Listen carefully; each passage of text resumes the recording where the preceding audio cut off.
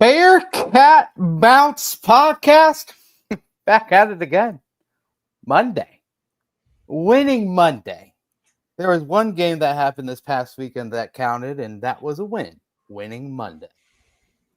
We're going to dive in to what is now considered a big sleeper that no one's talking about in the country in college football. All the national media heads are starting to hear little lingerings of this team out of Cincinnati with this quarterback, Brendan Sorley.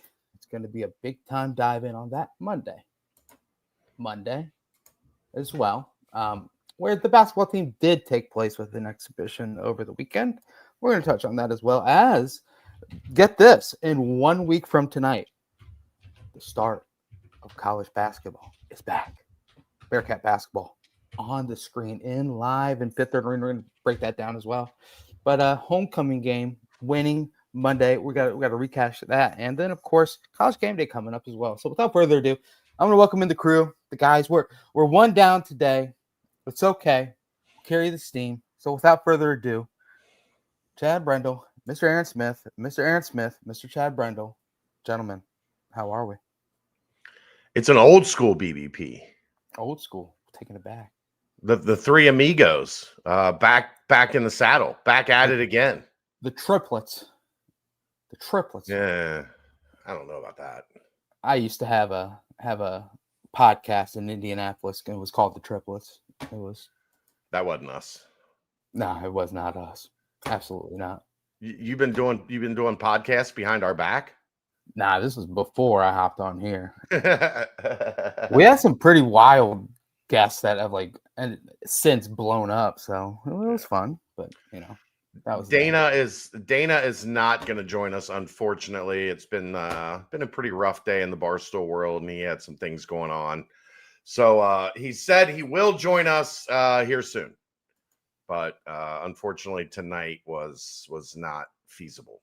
So wish those guys well. They had a rough 24 hours in that corner of the internet. So yep. I mean, shoot.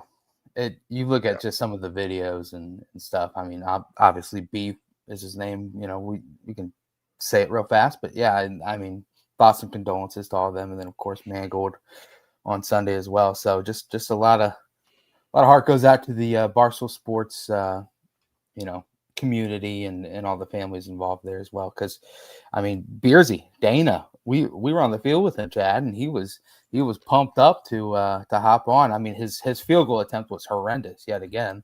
Was going to razz him about that, but yeah. Aside from that, can't wait to have him on. It's it's huge right now as well because Barstool's now got that Wake Up Barstool on Fox Sports 1. So it's like, and they're affiliated with the big new kickoff with Fox as well. So, hey man, that national talk, that national publicity is ramping up, and Dana's actually a part of that Wake Up Barstool as well. So, can't wait to have him on in the future. But yeah, definitely a rough couple, 48, 24 hours for them. But hey, Chad, how are we? It was great seeing you. Homecoming. Ooh, baby. I'm good. Had a first day in a while. It just kind of got to chill a little bit. Had a couple things to do, but a couple things to do is pretty good in my world. And the first Monday night without volleyball in like 3 months. So is it done? The varsity team is in regionals. They play tomorrow night, but JV is done. So her season is done. She's still got, a little obligation or whatever. Right, but right. In terms of volleyball dad, I get a break until like January when club season starts. Let's go. That's huge. Yeah. Well, welcome back. And I mean, we're going to mention it right now. Next week, BBP Sunday night, because obviously the season opener for basketball will also bookend it at the end of the show to let you guys know. So, and there'll be a couple of those here through it. I think in November specifically, there's a couple, and then there's one more, I think, in December. Yep. Nothing once we get into the conference schedule, but there will be a couple BBPs between now and Christmas. That'll be on Sunday instead of Monday. So if you see a Monday night game, just know, 4, right? Yeah, 4 total. It's crazy. Yep. Yeah. So if you see a Monday night game, just know the BBP is then going to be on Sunday instead. So we can get you ready for that game. And then after the game, Aaron and I will have The aftermath. Yeah. It'll be fun. Yeah. So I mean, we're gonna have obviously some basketball sprinkled into this one, but I mean, next Sunday will be a big basketball breakdown, and hopefully, season preview show. Yeah. Are you guys gonna do an aftermath after Utah? I mean, obviously the answer is yes, but with it then doing another show less than 24 hours after that, it'll be probably just rehashing and then we're diving into the basketball preview. So be the same as every weekend. Right, exactly. Just a day earlier. Aaron, how are we, man? Back from the sickness. Looks like you're doing well. Looks like things are rolling. How's the weekend? Yeah, I wasn't able to make the game. I was under the weather for like 36 hours, feverish, stupid. Happy to be feeling better, and yeah, here we go. Here we go, man. Here we go. Were you able to take in all the games while you were just cuddled up, shivering, getting a little sweat on, sweating out that fever? Did you dive in? I watched the games. God, I'm so proud of you. That's your flu game right there, man. That is your flu Sure. game. Just making it through. Well, we missed you. We were up at the Simone family tailgate. Shouts to all them. Then we to Garrett Campbell's tailgate. That was, I mean, a good time. Then we had it in good showing out of the homecoming class. Kobe Bryant, Chad, who else did you bump into when you were down there? Kobe was one of the only ones that Mike Boone was in the house. Mike Boone in the house, baby. My favorite, his son was there, and he was little. He's probably 2 years old, 1.5, 2 years old. He had on a jersey that at the bottom of it had Lil Boone, Lil Boone. So got to see Mike Daniels was down there. Jeremy Cooper, haven't seen him in a long time. Coop was down there. Oh yeah. It was Ben Bryant back in the house again. Friend of the show. There, Will Adams. There was a host of former Bearcats down there, but obviously it was great to see Kobe. I haven't got to see him since he left, really. I don't think. Yeah. Unfortunate Sauce had the injury because you had a chance to have, one of the best corner duos in the history of college football. Yep. One that won the Remington Award and the other that went number 4 in the draft. Find me a place Thorpe Award. Yeah. Thorpe Award, and then one that went number 4 in the draft. Mm-hmm. Name me a place that had that in one season. Right. And they're both still starting in the NFL. Both. I mean, obviously Kobe made the switch to safety, but he's yoked. He might be a better linebacker too. He's a stud. Yeah, he looked like a linebacker. I was like, damn, bro. Mm-hmm. I know that Balenciaga's tracksuits got you looking fresh, but you put on some pounds, boy. Looking thick. Moving to safety, he had to. Yeah. Yep. And he looks like a linebacker. He could have played linebacker in college at that size. Stud. And we got to see him give the defensive backs a little pregame pump up, a little pregame hype. And what did they do? They went out and had one of the best games they've had in the past couple of years. So shouts to Kobe. Look, Kobe's speeches are undefeated, right? Like, right. The most important speech in maybe UC football history after the second drive of the Houston game. Houston goes down and scores twice in a row to open the game. Kobe called the entire defense. The coaches are trying to coach. Kobe's like, hey, called the entire defense, stood on a bench, and read the riot act to the defense, and they were lights out after that. Houston couldn't do anything after that. He shows up, talks to the DBs. They have the best game that a secondary has had since Sauce and Kobe and B. Cook. And Javon Hicks was down there. I did see Javon also on Saturday. So, yeah, give me a Kobe pump-up speech all the time because it works. Undefeated. Yeah, that Kobe hype speech and at the Houston game was so uplifting. It added 4 extra inches to Jordan Blanco's vertical, able to run up and snag that one hand. Yeah. De Blanco, Joel, friend of the program as well. But you know what? There's a huge game this weekend, like massive. So massive. College game day is going there. It's the interesting college game day where it's like, okay, we're gonna have this early college game day. Local time is what? It's gonna be 7 a.m. when they start the show there. And then guess what? The game doesn't start for 15 more hours afterwards. A 10-15 kickoff. That's here we go. Strap in for a long day. But if you're heading over there, if you're going to drive there, why not? Check out the country. Get a nice long drive there. I mean, Keegan can give you some tips. Keegan can give you some tips on how to make it somewhere quick with the car. But tell you what. Before you do it, you should head over to Danco Transmission and Auto Care. You know what? We should have told Keegan, hey, you should probably take your car into Danco Joe and over at Danco Transmission. You got a rental. Get it tuned up. Oh, take the rental in before he gives it back. I'm not spending money to tune up a rental. Look, I love Joe.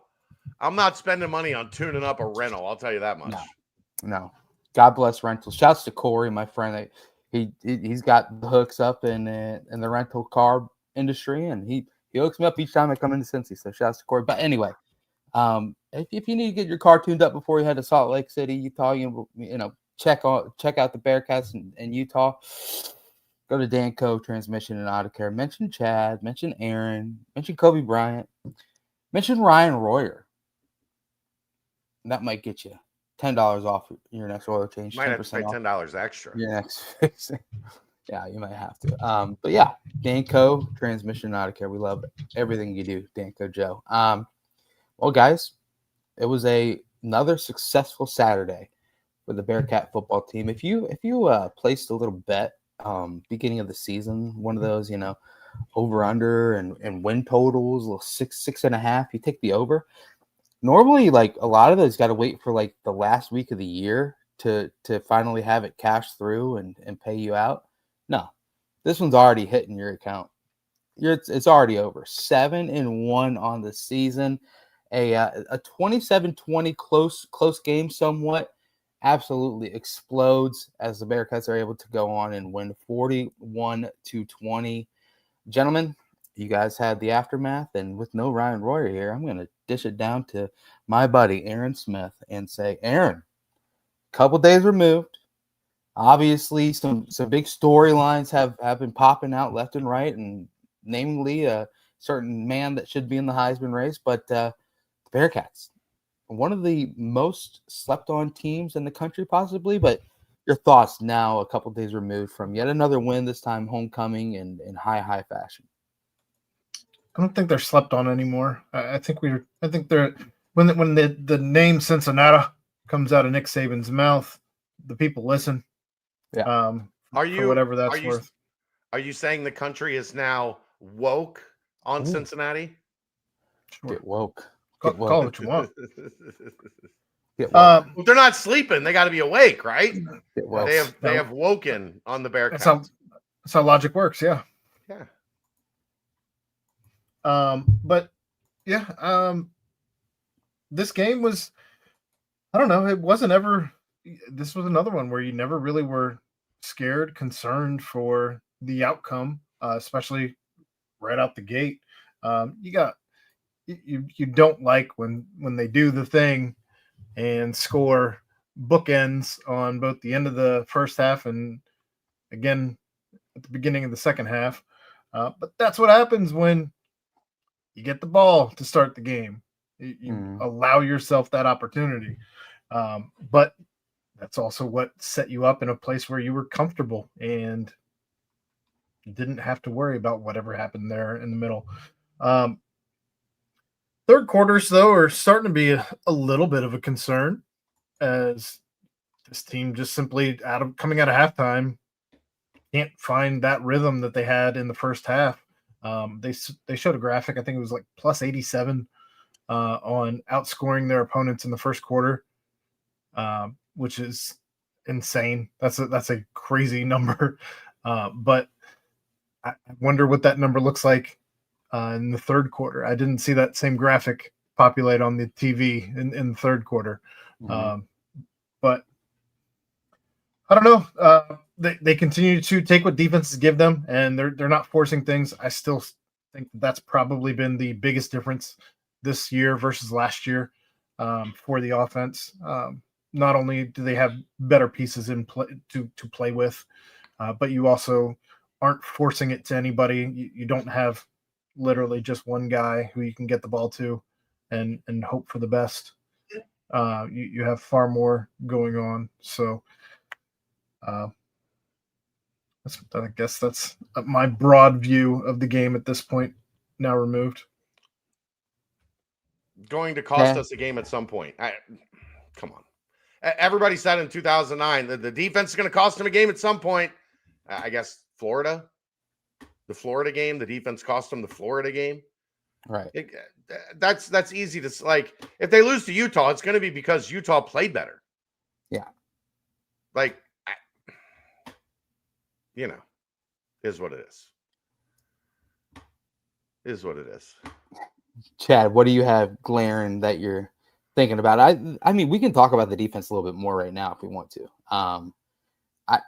There is a quarterback named Sawyer Robertson who came into Cincinnati on Saturday as the not number one in the Big 12, but number one in all of college football, in the entire sport. And passing yards, passing touchdowns, pretty much every passing statistic that you can think of. Going up against this Bearcat team that, beginning of the year, we were talking about how they were getting sliced and diced with, dink and dunks and, having pretty much a big difficulty slowing down a Drew Pine-led, Bowling Green team. Gosh, that feels like it was years ago. But now they were able to go up and held Sawyer Robertson to his lowest passing total yard-wise in a game that has mattered in his entire college career. I mean, that's something that shouldn't be just overlooked. Now, I know there's a lot going on in the Baylor world and whatnot, but I mean, passing is passing. I think there needs to be a little bit more nod to exactly what this defense was able to do against what was the most potent passing attack in the entire country. I think there also needs to be yes, you are correct on all accounts. There also needs to be a nod to what the hell was Dave Aranda thinking? Yeah. Like, it's so weird.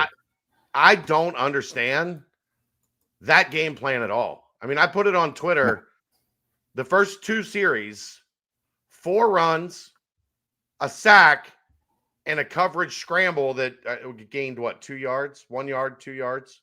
Yep. They attempted to throw the ball twice. One ended in a scramble. The other ended in a sack. They ran it 4 times. They went 3 and out twice. It was head scratching. What Baylor's, and they stayed with it. They stayed with that game plan almost and when they went to the air, zip, zip, zip, they went right down the field. They had 2 drives really where they were air based, and they scored quick touchdowns on both of them. It was baffling to me standing on the field and watching them. Like I said, some of this gets so caught up in what happened the last game, right? Yeah. So Baylor sees Oklahoma State control the game on the ground and says, well, we're going to do that too, even though that's not who they are in any way, shape, or form. Like, Sawyer Robertson could have had a good day and he wouldn't have thrown for 200 yards because his coach decided he wasn't going to allow that. Mm-hmm. So kudos to the defense for playing well and punishing Baylor for the way that they decided to game plan. But Dave Aranda, did you only watch that game? Like, he only had access to Oklahoma State and Bowling Green? Those are the only 2 games he watched? He didn't watch the other 5? 4, whatever at that point? I don't know. So how many a week is what? 7 days, right? So literally only 6 days passed. 6 days, technically 7 if you want to really break it down that way. from the last time that this Baylor team played in another college football game, they played against TCU. He threw 52 pass attempts against TCU. Sawyer Robertson did. And he only attempted 26 pass attempts on Saturday. Like it's baffling. I like you said, Chad, it's just it doesn't make any sense. I don't know. And I guess to this point is I mean maybe you look at it and they saw that what they do through the air, I guess, wasn't really going to work against what we do defensively. I don't know. At this point, you got to come up with some sort of reasoning why. But I mean, go ahead. That doesn't make sense. No. They dink and dunk, and that's what everyone who's had success against this defense has done. Yeah, I don't know. It is insane. But yeah, like I mean, like Evan Bernosky says here in the chat, and you had the two different grading, grades, the PFF and the other one, the PFN, Pro Football, whatever they are, these different grading things. Yeah, the one had McDoom and Logan Wilson both like within the top 7. It's pretty interesting. I mean, Logan Wilson had one of the most impressive single personal individual plays that I've seen a defensive back make when he was on an island by himself, tackled aggressively, punched the ball out, and then recovered it as well. He had a fantastic game. And it's one of those scenarios where it's like, okay, maybe they're just kind of on fire in this one. But yet again, Chad, as you mentioned, there's that one drive at the end of the first half where they, like Aaron said, dink and dunk their way all the way down the field and had to do a couple of 4th down conversions along the way, but they're able to find the end zone at the end. So baffling. And that might be a reason why Dave Aranda might not be the one making decisions here soon. So it's one of the worst game plans I've ever seen. Like, it just made no sense. If Baylor just comes out and is who Baylor has been, yeah, I think we're looking at a different game. But right. They just gifted Cincinnati the first 2 touchdowns. Like, here, we're not interested in showing up in the first quarter today. Why don't you guys go up to 14-0, and then we'll maybe figure it out from there. I was dumbfounded by the opening of that game. Aaron, did any defensive performances or plays really kind of stand out to you? I mean, Trey Collard was everywhere. He was everywhere. I mean, you only had 58 opportunities to make tackles that didn't include your special teams tackles, and he accounted for 11 of them. That's a pretty high clip. And even the ones that he didn't get credited for the tackles, like he was there, hat on ball, and like just seemed every time that they would pan back from the tackle, there's old Gala Collard there in and amongst the rubble. But he had an outstanding day. I said it that night. I don't think it's even arguable that it was his best day as a Bearcat. And he's had some good days. But I think this was his best. Outside of that, I see Bernosky in the chat mentioning Christian Harrison. He continues to also be a guy who continues to make plays, especially on the pass plays. He's good for a pass breakup or 2 at this point every game. He's going to get one of his interceptions because he's one of the only guys who continues to play with his head turned around when the ball is there to make the point of contact. No, I mean, that's a little different for a safety than a corner. Sure, but I think he'll get it. But he also has played corner, so he had that one like 2 different times before it dropped to the ground. But he's had a couple of those now, so it's got to be eating him up a little bit. But outside of that, I thought Michael Coleman actually had a little bit of a breaking out game in this one, where he didn't seem so reliant on Dante and what happens there at that point of attack. He was a point of attack. He won some one-on-ones finally. Yeah. I thought he lived in the backfield quite a bit. Those are probably the ones that jump out the most to me. Sanks was another one whose name plate was all over the place. Peak had a good day. You can see he wasn't the only one trying to get a punch this game. You saw, especially on plays that were blown dead for forward momentum. They were all punching. Everyone's punching, trying to get a punch out. That stuff's contagious, though. You see it happen, and you saw it last game. It's fun to watch. It is. Yeah. It's absolutely fun to watch. And I mean, Aaron had a really good show Saturday night. I'm going to commend Aaron Saturday night. Game. Had a really good point about, hey, last year we saw the defense get better as the season went on. That defense was playing the best that it had played all season. Mm-hmm. By the end, maybe we are again seeing a Tyson Vite defense as guys adjust, get comfortable in their roles, learn exactly what their responsibilities are. Maybe we are seeing this defense start to improve. Maybe we'll have a completely different take after Saturday night. But all I know is the Oklahoma State game was, I think, a bad game for the run defense. But they forced UCF to do exactly what they wanted them to do. They forced Iowa State to do exactly what they wanted them to do. And they forced Baylor to do exactly what Baylor wanted itself. I don't know on that one. But that was another thing, though, that I said on Saturday is just that I lost my point because I interrupted you. Go on. I'll see if I can find it again.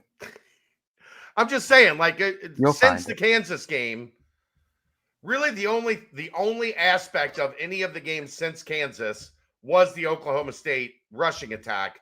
Everything else, the defense has been trending in a positive direction. And that was the point that I made, was the fact that if you were going to have a game like that, you wanted it to be against Oklahoma State as opposed to anybody else you had after Oklahoma State to kind of, defense needs to check itself. Let's get back, let's grind, and let's work our asses off. And it was the one thing that Oklahoma State was never going to beat Cincinnati running the football. Like they could have made it annoying, which they did, and we talked about a bunch. But they were never going to beat Cincinnati just running the football. Right. So, it happened, but it happened in a place where the thing that happened was not going to be the thing that led you to a loss. You know what would have led them to a loss? If they'd have let Baylor go out there and do their thing and throw the ball and march up and down the field all game. That would have been very dangerous. And instead, 137 yards. Boom. And that's the thing as well, is where you have multiple players starting to make impacts in the game. I mean, I feel like Parker kind of had one of his better games as well, obviously making splashes here and there. And, J Dove says, feel like we haven't seen much out of Golday the last couple of games. I just think he hasn't been having to make every single play himself. I feel like in some of those games, he was literally the only guy flying. Like, the team was flying around, but he was the one that was making. A wrecking ball. Yeah, he was the one making the plays without even thinking, type ordeal. So, the defense is elevating. They're all getting those same reps that he had last season. Yep. And so you're seeing the rest of the defense elevate to where he's at. Exactly. And it's a beautiful thing to see. And, when you have a defense that's confident, and like the one thing I liked in the post-game press conferences is when you have a defense that understands its identity, that knows its own identity. And they all said, bend but don't break, bend but don't break, bend but don't break. So, and some fans don't love hearing the whole bend but don't break scenario, but at this point, they know that's what their identity is, and they know that's what they need to do at the high level in order to really strap inside of the red zone and make sure that they hold teams out from scoring. I mean, they're 28th in the country in scoring defense. That's no fluke. I mean, for as many yards as they give up, they're not 28th in the country in yards allowed. That's for sure. They're a lot worse at that. But the only thing that matters at the end is truly the score on the scoreboard. And right now they're 28th in the country, averaging right under 20 points per game. And as long as Brendan Sorley keeps playing well, I like their chances. Yeah. Keep calling him that. He might get surly. I mean, the fact that he's going up there and saying, like, I've been thinking about needing a nickname, and maybe Sorley can be mine. It's like, come on, you do not want Sorley to be your nickname. But, I mean, either way, we're going to touch on him in a bit. But and any thoughts on it seems like, yet again, there was some, like, not really concern with Dante and his ankle injury. It seems like it just might be something that's consistently, it's a bothersome thing, but I saw a couple don't just plays. go away.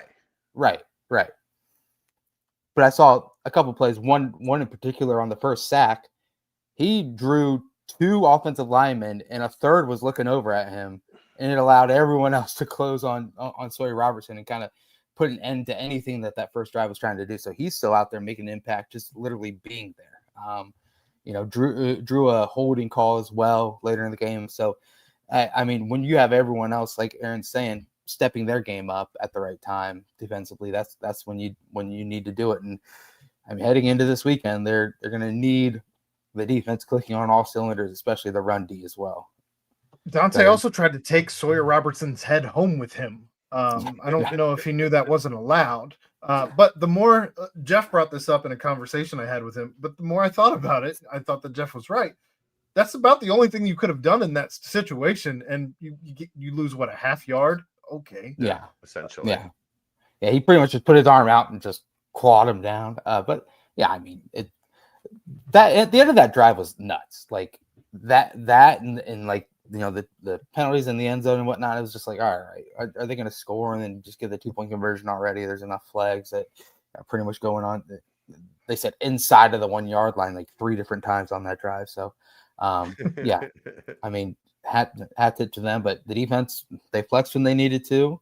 Special teams obviously on fire. A big turnover by Taden Barnes put his helmet right on that football. So, shouts to him.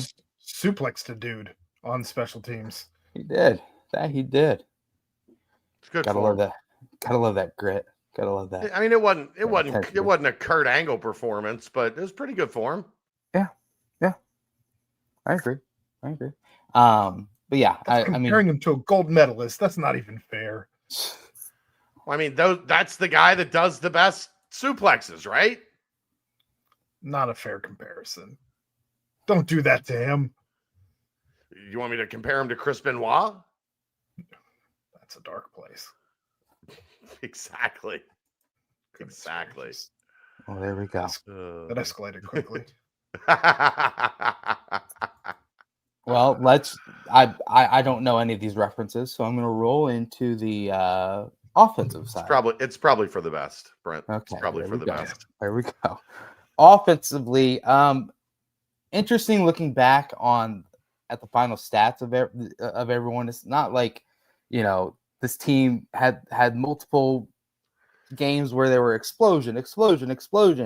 I mean, the only play that went over 20 yards in this entire game for the offense was that touchdown run by Brendan Sorsby. So it was a simple, just efficient, grind you out and run all over you and make the right passes when needed. Go ahead.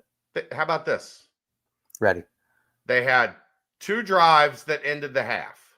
Mm-hmm. One into the first half, 16 seconds, just took a knee. The last one, 2:38, just ran out the clock. Okay. Other than that, touchdown, punt, field goal, touchdown, halftime, field goal, touchdown, end of the game. Mm-hmm. 1 punt, 1 drive. Like sometimes you'll see that stat, like they only punted once. Yeah, well, they turned it over 3 times on 4th down, and they had 2 interceptions. It's like, okay, they only punted once, but it wasn't like the offense had a great day. They did not make a bunch of splash plays. But you know what they did, Brent? What did they do? It's the one thing we've been talking about that they had lacked the past couple of years. They can move the ball 8 yards at a time. They do not have to beat you 3-4 yards at a time. Like, okay, Baylor runs a similar 3-3-5. They've got the umbrella up. You're not going to get over top of them. You're not going to beat them deep. Okay, fine. We'll beat you 8, 9, 12, 8, 8, 9, 12, 14. Like, and the drives were fast. Yeah. There's only like the one drive in the fourth quarter that was like 7.5 minutes. Mm-hmm. But everything else was 5 minutes and under. So there's no complaints to be really made about this offense. No, there's not. In the whole like 111 passing yards, it's like, yes, it wasn't crazy high flying passing yards, but like, talk about extreme efficiency. When like it, you saw Sorsby numerous times in the pocket, just look, nothing there, tuck and run, nothing there, check down. And like that's when you see a quarterback that is just extremely confident in what is being called and his own ability as well. He doesn't have to force anything because he knows, hey, we can run on these guys. We can hand it off to Tawee. He's going to truck another guy. We can hand it off to Evan Pryor. He's going to be able to get around and break a tackle and bust through for another 6-7 yards. So, and Sorsby himself, man, golly, talk about a weapon running the football. It's just when Did you hear my comparison? Did you hear my comparison Saturday night? Baker, yeah, Baker with better rushing ability.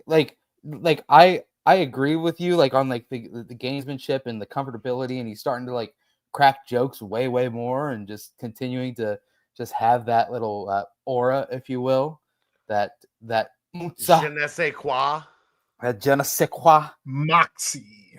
Yeah, a little moxie for sure. And the thing is, like, he's gonna start to get to the level where opposing teams like just hate him, because he did high step into the end zone at the end. Again. Yeah. That's twice. Yeah, right. He did like give a little like celebration after he did the sidearm to Isaiah Johnson, who, by the way, Isaiah Johnson's unbelievable. I love Isaiah Johnson. I've said it every week, but every single time he touches the football, he does something good. You know what I mean? Like his little run, like nothing there. Oh, he's gonna break a tackle and get a 12-yard gain or whatever he had, and then that long drag across, was able to get open and just ready for the ball when Sorsby sidearmed it to him. I mean, it's the team's clicking offensively. And you know what? Yet again, another week with really good play calls at the right time as well. So not only is the offense clicking, but Coach Satterfield is starting to get I think Dave mentioned it on the brunch, getting in his bag, if you will. So it's a great thing to see. But yeah, Aaron, moxie, lock it in.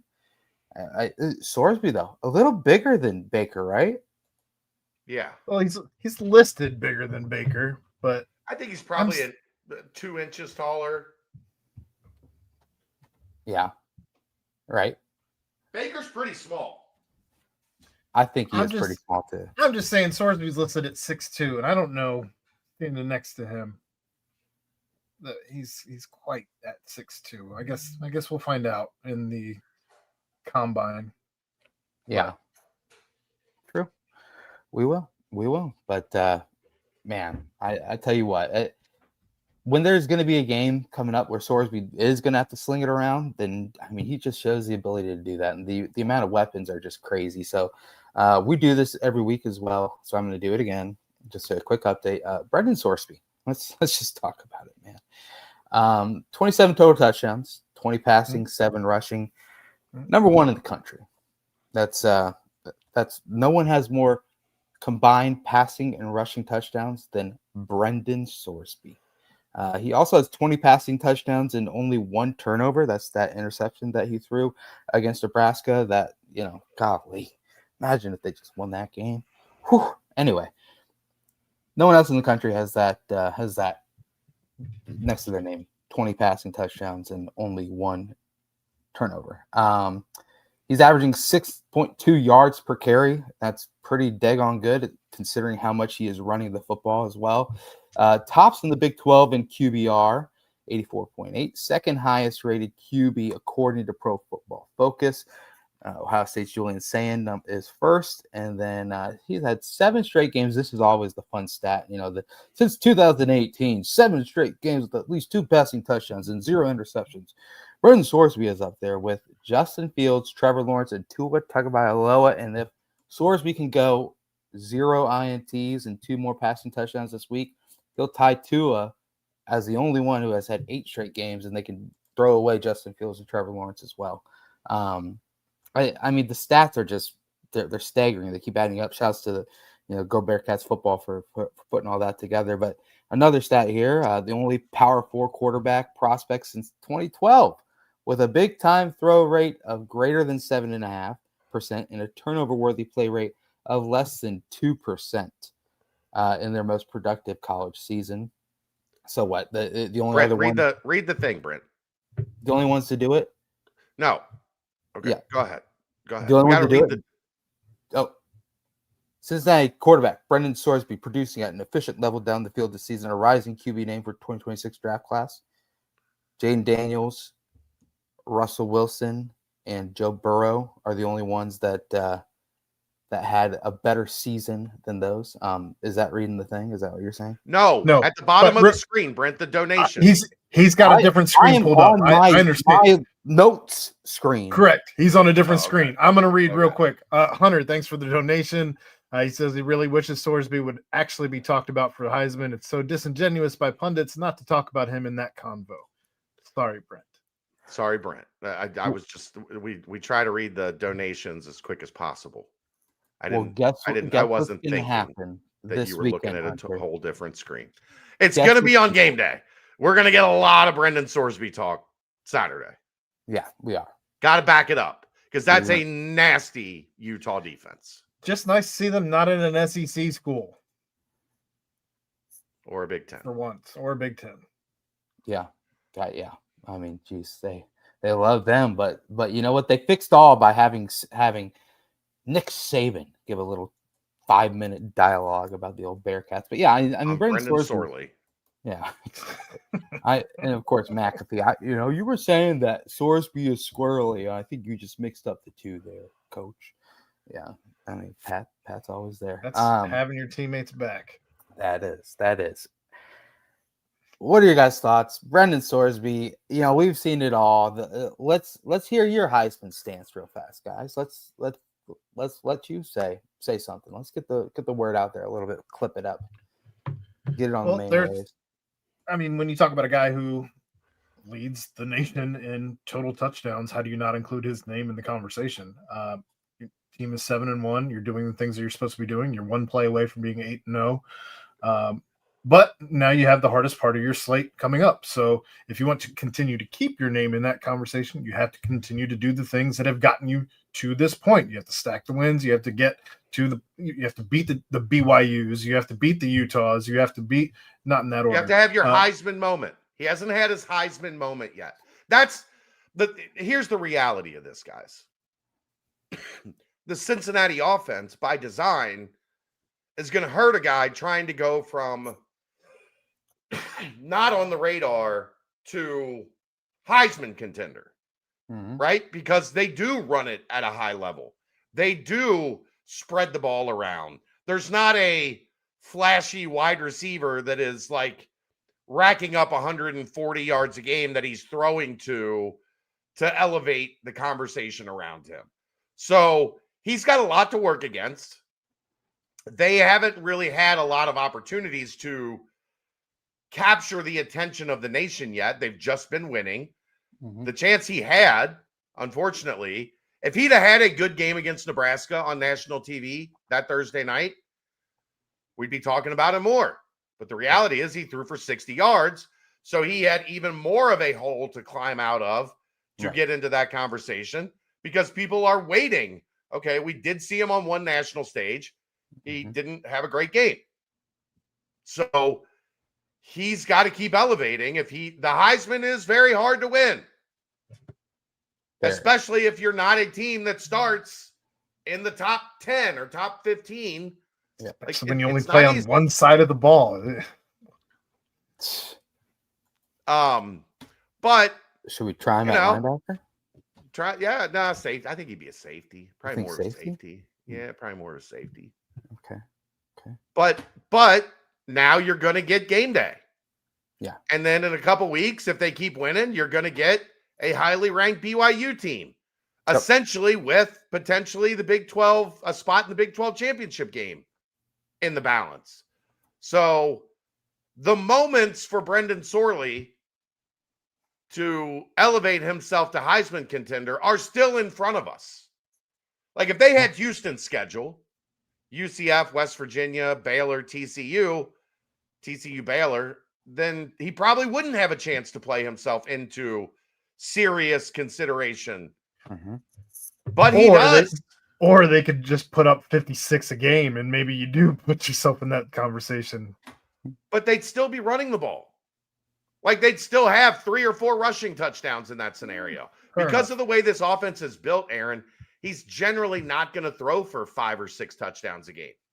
He's also talked about how he's taken enough touchdowns away from his running backs that things have been said to him, or at least he's feeling the pressure from them, the heat, if you will. But yeah. I just love how, okay, so he obviously only had the 111 passing yards, but if you throw much. Yeah, I mean, he attempted 21 pass attempts. But if you add in the 85 yards on the ground, that means you're going to go with a total of 196 yards between the two and 3 total touchdowns. That right there is an efficient, good game. That's a really good game. 0 turnovers, everything else you want to throw into it. So it's one of those where he said it himself, and I think Sat kind of alluded to it as well. It's the Heisman always goes to the normally the guy, one of the best players on one of the best teams in the country. And so if Cincinnati is there getting ready to play in Arlington, getting ready to stamp themselves in the college football playoff scenarios and get all that jazz going, then yeah, I think he could be right up there in the conversations, because I mean his stats are right up there with anyone that has their names tied to it. So I'd get your bets in now. I think there's still good value on him. So get it in now before it's too late. But it'll be awesome. So Cyrus Allen, second in the country in receiving touchdowns. Pretty cool. Only Elijah Surratt, who is one of the favorites to win the Blitnikoff Award out of Indiana, has more. He has only 1 more. I mean, the red zone, you guys talked about it, and I thought it was pretty funny that what Joe Cotton said, how he noticed it, and he was like, I thought it was a pretty cool stat. I mean, it's a pretty cool stat because they were the worst in the country a couple years ago in the red zone offensively, and now they were a disaster. It was horrible. They couldn't figure anything out, and Correct. then they would. It was as if they needed. It was as if they needed like 10 or 15 more yards on top of the end zone in order to have enough room to try and figure out how to get into the end zone. Yeah. So they are second in the country, tied with Alabama.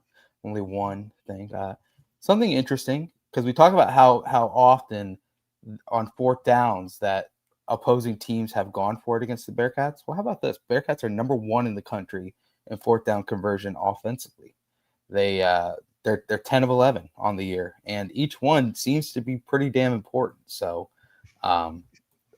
they're having the yes, I agree. Well, still perfect. Look, that might be Joe's dad or brother or some sort. So I see what you did there. Well done. Yeah, it was funny that Joe was the one to point it out. Like, hey guys, our perfect streak is in danger because we took over at the 17-yard line, and we're not going to try to score. Damn it! I mean, it is what it is. But that offensive line shots there, fantastic. Obviously, they continue being very, very good. Best run success rate, they're above 50%. Cincinnati is. Best pass success rate, they're above 50%. Quick look at this. I think they're the only team that is above 50% in both. Yeah, they are. How about that? That needs to be talked about a little bit more. Wow. It's just the offense just hums. It just hums. Right. And it's not, it can be splashy, but it doesn't have to be splashy. They can run it anytime they want to. They can throw it anytime they want to. Guys are open. The line is protecting. Sorsby's making the right decision. Like, it's just, I don't want to jinx this. So I don't even know. Should I say it, Brent? Say it. No. There's no jinxing on the BBP. Say it. They are playing as clean a football as, and yes, the penalties change this a little bit. Penalties change this. The penalties make it not as clean as I want to say. Okay, good. But they're still a little dirty. They are playing as clean a football as I ever remember a Cincinnati offense playing. But still a little dirty. Still a little dirty because of the penalties. Got to clean up the penalties. But you can go back to 09. 09 is the other one that it felt like that team, whatever they wanted, they got. And this offense kind of feels exactly like that. Like whatever they want, whatever they focus on, whatever is the top of the game plan, it feels like they are able to execute. And kudos to everybody involved. Now, Aaron, if they don't play well on offense because of this Saturday, it won't be because of me being very high on this offense. It's because Utah's got a top 10 defense. You don't know their defense is really good. You don't know what you just did. Yeah, their defense is by far the best defense Cincinnati will play this season. I'm gonna add on to the jinxing thing. I'm gonna knock on wood though. Just make sure that we get that out of the way. So 4 total turnovers lost. I'm sorry, no, I don't know if that's the number. Yeah, 4 total turnovers lost on the season. Only 4 lost on the season for the Bearcats. That would be first in the country, but there's 2 random teams called Temple and UConn that only have 1 turnover loss on the season. Tell me how that's even possible. But then there's 1, 2, 3, 4, 5, 6, 7. There's 7 teams tied for technically second or third in the country, and with 4 turnovers, and it's got Ohio State in there, it's got Houston in there. So protecting the football. But this is what happens when you take care of the football, you win special teams, and you're efficient offensively, you're typically going to be in position to win more often than not. Yeah. Like it's the thing, all the things that we screamed about for 2 years that they weren't doing well. They weren't efficient on offense. They didn't take care of the football. Special teams cost them yards over and over again. 3rd down was bad. 4th down was worse. They couldn't score in the red zone. Like all these little things that we talked about, they're losing because of these things. Yeah. This year is like, we know what the hell we're talking about. Yeah. Because they've done those things well. And outside of Nebraska, they have been, I mean, in Kansas right at the end when they had to go down and get the score. But other than those 2 instances, they have been in position to win. I mean, I saw outside of the Kansas game, their win expectancy was at like 99% in every game of Kansas. Like they've never really been threatened in the 4th quarter of a game. Right. Outside of that game. It's crazy. And the only way that they are threatened is when we put it in our minds like, oh gosh, here we go again. But maybe the here we go again thing is just not even there this year. Maybe it's like, okay, this is them. You feel like that because of your money riding on it. I have not felt like that. Well, yeah, that as well, man. I mean, palms get sweaty pretty damn quick when you see the other team get in the end zone, and it's like, God damn it, just shut out. Knees are weak, palms are sweaty. Yeah. Mom spaghetti. Spaghetti. Yeah. Isaiah Johnson and Noah Jennings are doing great things. Those two guys add a layer to this offense that has been spectacular. Yeah.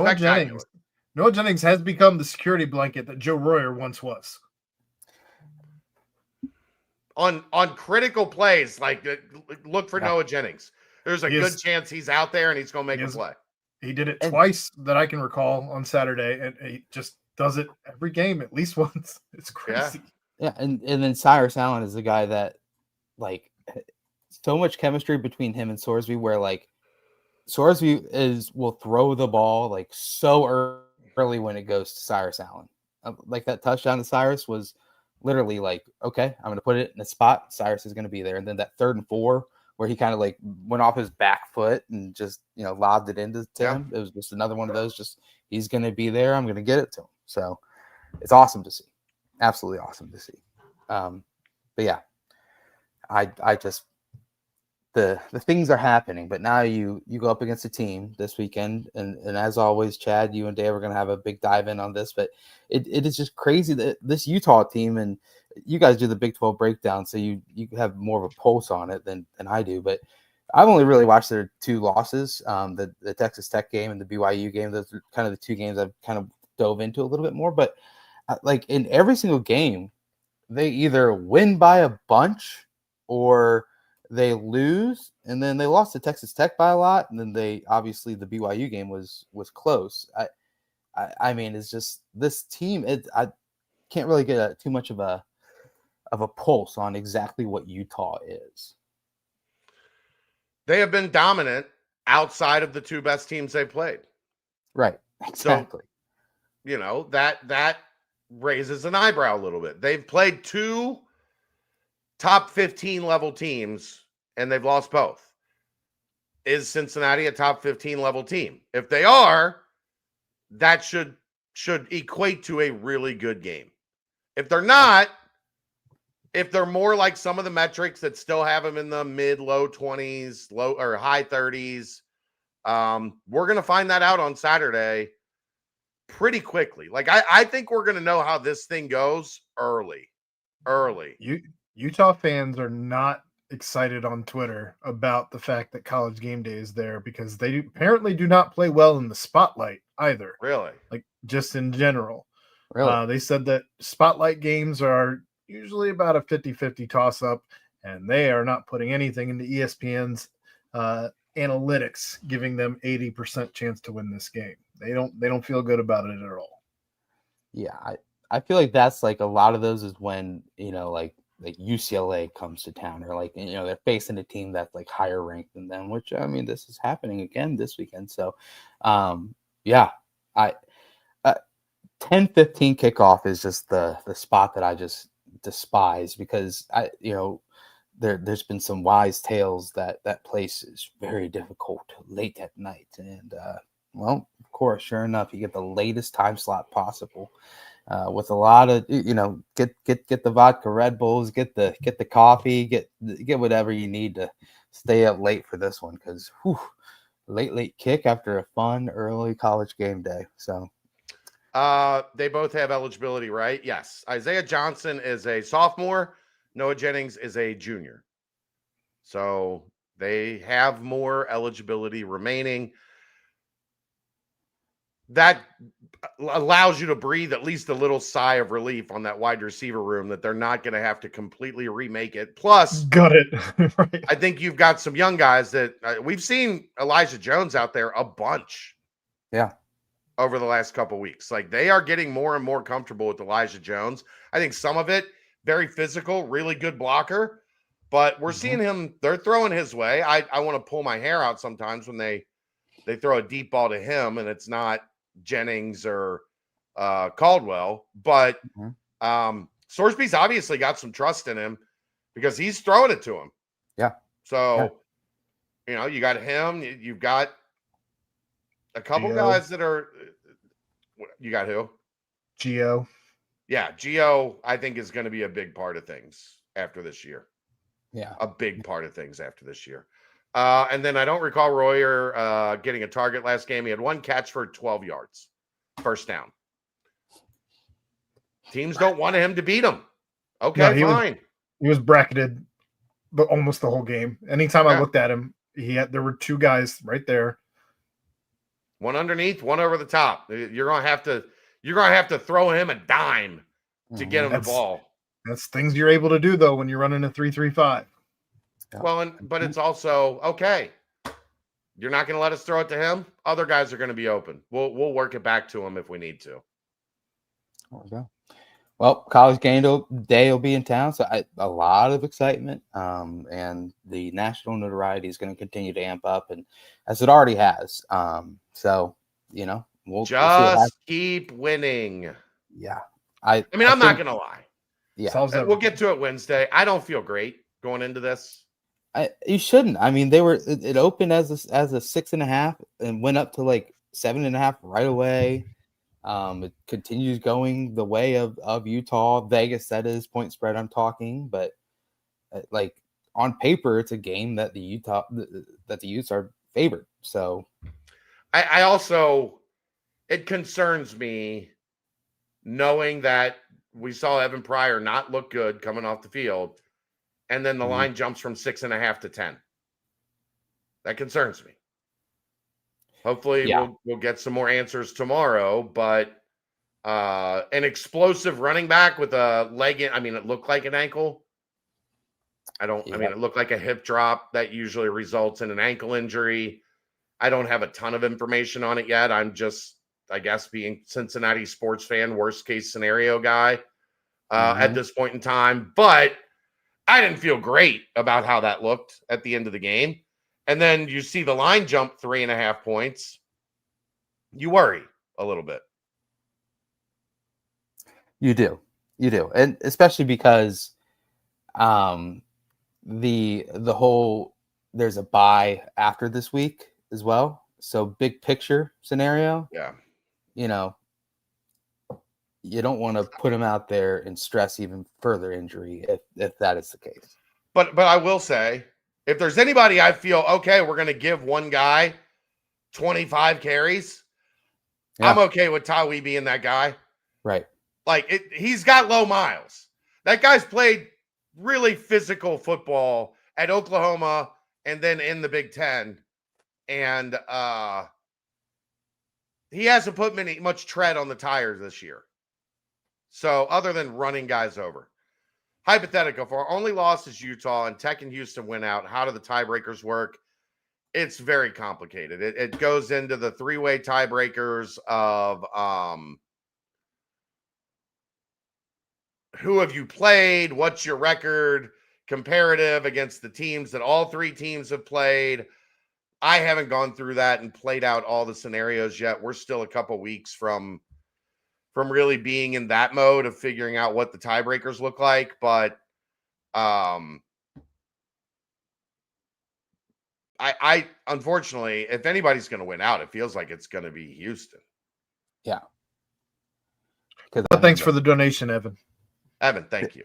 They've got one road game at Baylor at the end of the year. What's Baylor going to be at that point? They've got another road game at UCF next Friday. They play TCU at home. So yeah, they had a massive win on Saturday, even though Jordan Tyson was out. But yeah, huge, Aaron, huge. But a lot more on the Utah game throughout the week. So stay locked into that. Anything more on this one? You guys ready to rock and roll on to the next?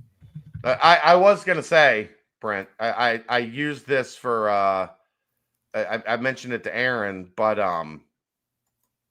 Kansas State, Texas Tech this weekend. Yeah. Did you hear the stat, Brent? 7.5 points. Did you hear the stat? Is it the fun thing you sent, or? Yeah. Say it again.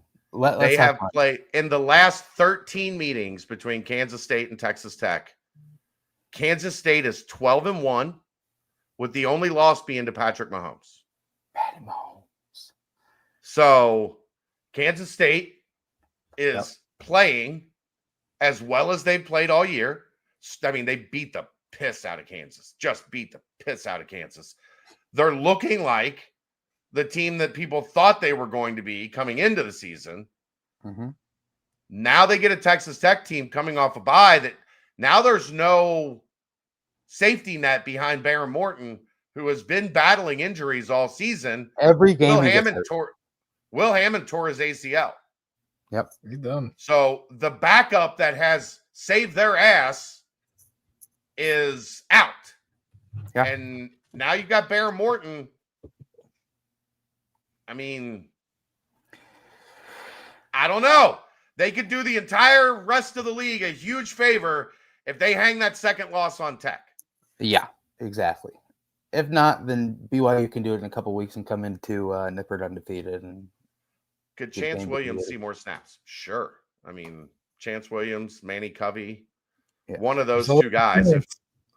If Pryor's out, one of those two guys is going to be the number 2. Yep. So it was Chance Williams on Saturday. Got one carry. But when Pryor was out, it was Chance Williams. So absolutely. But look, man, I give it to Tyweek 25 and not even sweat it. Yeah. And I think he would love it. Let Brendan tote the rock a couple more himself. Sorsby. They hit hard, man. This is one game I don't know that I want Sorsby running a whole lot. Yeah, that's true. But they also give up decent amount of yards. They do give out some yards on the ground. They do give up some yards on the ground. So the other big thing that Dave and I hit on a ton Wednesday is Sorsby's been great under pressure. They pressure. Like they try relentlessly to get to your quarterback. So if Sorsby can continue to be great under pressure and that backs them off and takes them out of what they want to do, it's a good thing for the Bearcats. It's a fascinating game. It's a fascinating matchup Saturday night. And that's why College Game Day will be in attendance. And that's why you got to stay up late for this one. So that might be, is it a 2-napper? A 2-napper. Saturday? You know what? It's the day after Halloween. You know what's up with all these Halloween celebrations a week early when Halloween falls literally on a Friday? It's just don't even get me started. You don't have kids, Brent. No, it I do. I got 4 of them running around here. It doesn't make a lick of sense to me.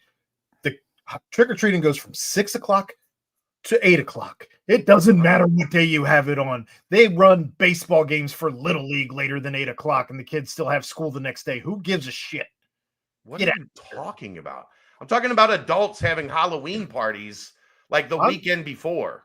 Well, I'm talking about things that matter to me, which is trick-or-treating on various days. They don't have it on Halloween anymore. They just all willy-nilly, whatever day they want for the different communities. Doesn't make a lick of sense. Brent, you're talking about adults having like Halloween parties the weekend before, right? Yeah, like this Friday. So if you have kids, you have to do Halloween with your kids on Friday. So it would be nice if you had a party the weekend before that you could go act irresponsible and not have to be a parent during Halloween. Yeah. That's what that's about. I get it. I don't know what the hell Aaron's screaming about. The 25th, the 28th, different days. We're just doing Halloween. Different communities.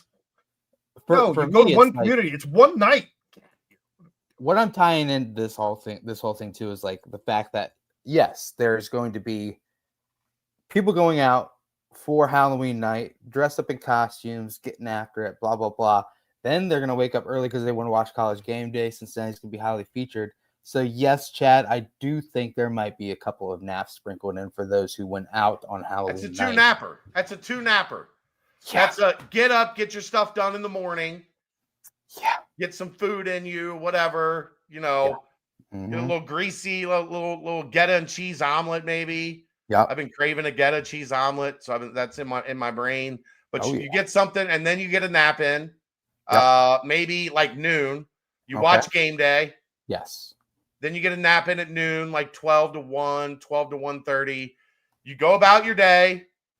And then maybe at like 7, you get like a power, like one of those like 20, 30-minute on the couch as the 3:30 games are ending. The 7 o'clock games are just getting started. You maybe that's like the shot of energy, right? Like, okay, now I'm good to go. Yeah, because I mean, you look at it. Noon, Penn State, Ohio State. No longer people want to see Yeah, that. that doesn't matter. You can take a nap at the start of that one. Vandy, Texas. I mean, I mean, you can Arch watch. is in concussion protocol. You So could maybe watch Texas will be good. Houston, West Virginia. So yeah, I think that 12 noon nap sounds right on time. Yeah, I can get behind that. Double napper. Double napper. Instead, for me, it'll be a double vodka with Red Bull time. I mean, you can do both. You can take a 7 to 7:30 nap and then hit a double vodka and Red Bull at 7:45. Yep. Hut, hike. That brought to you by Quick Paper Supply, your local and family-owned restaurant supply company for all your non-food products. Quick Paper services over 150 restaurants with weekly low minimum next day deliveries. They provide a wide range of food service products from to-go containers, cups, custom printed products, eco-friendly, and much more. They also have cleaning supplies and restroom supplies for all your janitorial needs. Call Nick 513-470-2029 and reference Bearcats for 20% off your first month of purchases. Aaron, I think there's a kid at your door trick-or-treating. If you need to go put some candy in the bag. No, that was me cracking knuckles. I didn't know it was that loud. Oh no, I was just making fun of. It's right. It's Monday night. It's the 27th. They play baseball games after. Then they have school, Chad. I don't understand. I don't understand. All right, there was another game that took place. It was an exhibition game, so it didn't count. So we just want to say that from the beginning. That's why these things are made. These things used to be super secret scrimmages back in the day before they started to be televised and open to the public and whatnot. Like say that Cincinnati played like in a super secret scrimmage, and say they instead of playing in a televised scenario, you know what I mean? And say they played maybe Toledo in a super secret scrimmage, and word got out, the little birdies got out, and it was told that the Bearcats lost 84-80 to Toledo in a super secret scrimmage. Wouldn't you kind of be like, oh gosh, alarms off a little bit more than you would be with a televised exhibition against a really good Arkansas team on the road at their house, right? Well, yeah, because nobody'd have any. They just know whatever little morsels get out, from the super secret scrimmage. So, yeah, but it also there is an advantage to getting your guys out there with some people in the house. I'm just saying, there's another team in the area lost in a super secret scrimmage to Toledo. Yeah. But anyway, let's talk about the one that these Bearcats played in. That's right. The Cincinnati Bearcats took on Coach Calipari, and I tell you what, the West was not happy with having to take 100 pictures with Coach Calipari during the game. You can tell. But anyway, he did not smile. It was an 89-61 final. It wasn't that close. No, I mean, it was a bloodbath. Oof. I think you saw Arkansas at its highest level. They were making shots. I mean, they've got some legit talent on that team as well. It was a highlight reel game by them. It was 12 dunks. Dunk. Yeah, 12 dunks by them. Felt like 30. Yeah, it did. It was one of those games where you see a shot by Kirk Kriisa, a triple early, and you're like, oh, okay, we're going to continue this shot making trend. I think that was 3-2 after that. I don't know. And that's when the wheels fell off, I guess you could say. But we talked about this Saturday, Brent. They got to first half. I think Arkansas is up 12 and looking like they're gonna roll. Yeah. And then Jalen Celestine hits a pair of threes, cuts it to 6. Yep. All right, mm-hmm. Here we go. Now they're finding a rhythm. I was the girlfriend's family does a scavenger hunt for their Halloween party. So at the beginning of the Halloween party, everybody you pair up, and then everybody goes out on a scavenger hunt. And we're driving around. I've got the phone. I got the game on my phone in the car. And I see those threes and it goes into a media timeout. And I'm like, all right, okay, down to 6. Like maybe they're getting their mojo back. And then we went to do one of the little scavenger things. And I came back to the car and I think it was 19. And I was like, okay, guess I can focus on scavenger hunt. Yeah, it was 28-22 after Jalen Celestine hit his second 3. Immediately, I mean, within like 11 seconds afterwards, Darius Acuff, who's a fantastic freshman, pull-up triple made. Keyshawn Tiller gets blocked at the rim. Driving layup made by DJ Wagner. Yet again, DJ Wagner was number 1 in his class 2 years ago. Missed 3 by Jalen Celestine. And then you have another missed 3 by Sean Abayev. Then you have another layup by Darius Acuff. Then you have 2 made free throws by Billy Richmond. And then another pull-up jumper by Darius Acuff. And before you know it, it's right back up 39-22. 17-point lead after that. So, yeah, I mean, that was fast. It happened fast. I think the only time I've seen a run faster than that was, remember the game they won at Louisville, SK's senior year. Yeah. They were up 20, and Louisville went on a 19-0 run in like 2.5 minutes. It felt like 2.5 minutes. And you're like, whoa, okay. Here we go. We got a game. Bang! You're like, what the? And then Cincinnati, of course, got it back together and won that game. Yeah. But that was one of the fastest, like, blink of an eye runs I've ever seen. Arkansas did that the other night. So I don't take much from it. I do think if you're a coach that schedules 2 exhibitions like this, I don't think you wanted the Arkansas game to go how it went. Right. But I think you're perfectly okay with played well at Michigan. Guys got some confidence and saw they can do it at this level, the new guys. And the old guys saw the vision of how this needs to be to work, right? And then you kind of get your ass kicked a little bit in the next one. So that the confidence is there, but the message is clear that this is hard. Like this is the Big 12. You're going to play games where one night you got Michigan and then a couple days later you got Arkansas. And you can't, I mean, it sounded like Wes talked about this, and I've talked to some people around the program since then. It sounded like practice was bad last week. And they had a team that kind of believed after the Michigan game, now we're pretty good. Like, we're ready for the season. Let's get this thing rocking and rolling. And they learned real quick they still got a ways to go. So, and I don't want to put too much credence into it, but Cincinnati gave up 64 points in the second half against Michigan, and then they turned around and gave up 89 in this full game to Arkansas. So, letting up an average of 51 points over the last 3 halves. Obviously, you're playing. At one point in the second half of this Arkansas game, the lineup on the floor was Tillery, Abayev, Halvin Zella, Jordy, and Tyler McKinley.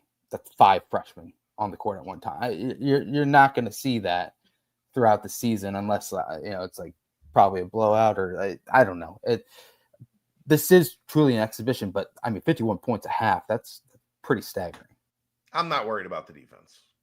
Yeah. Wes will get them where they need to be defensively. I'm far more concerned about 9 of 36 from 3 and 9 of 22 layups. Yeah. None of it was good. I mean, look, Kirk Kriisa, Jalen Celestine, Jordy, Sean Abayev, Keyshawn, I think is a decent 3-point shooter. There are always going to be up and down games with 3-point shooting. That's just how 3-point shooting works. There have been a lot of times when I've looked at this roster and said, well, that's because they don't have any good 3-point shooters, or they've got one good 3-point shooter. Day showed last year he's a guy that can make shots with some consistency.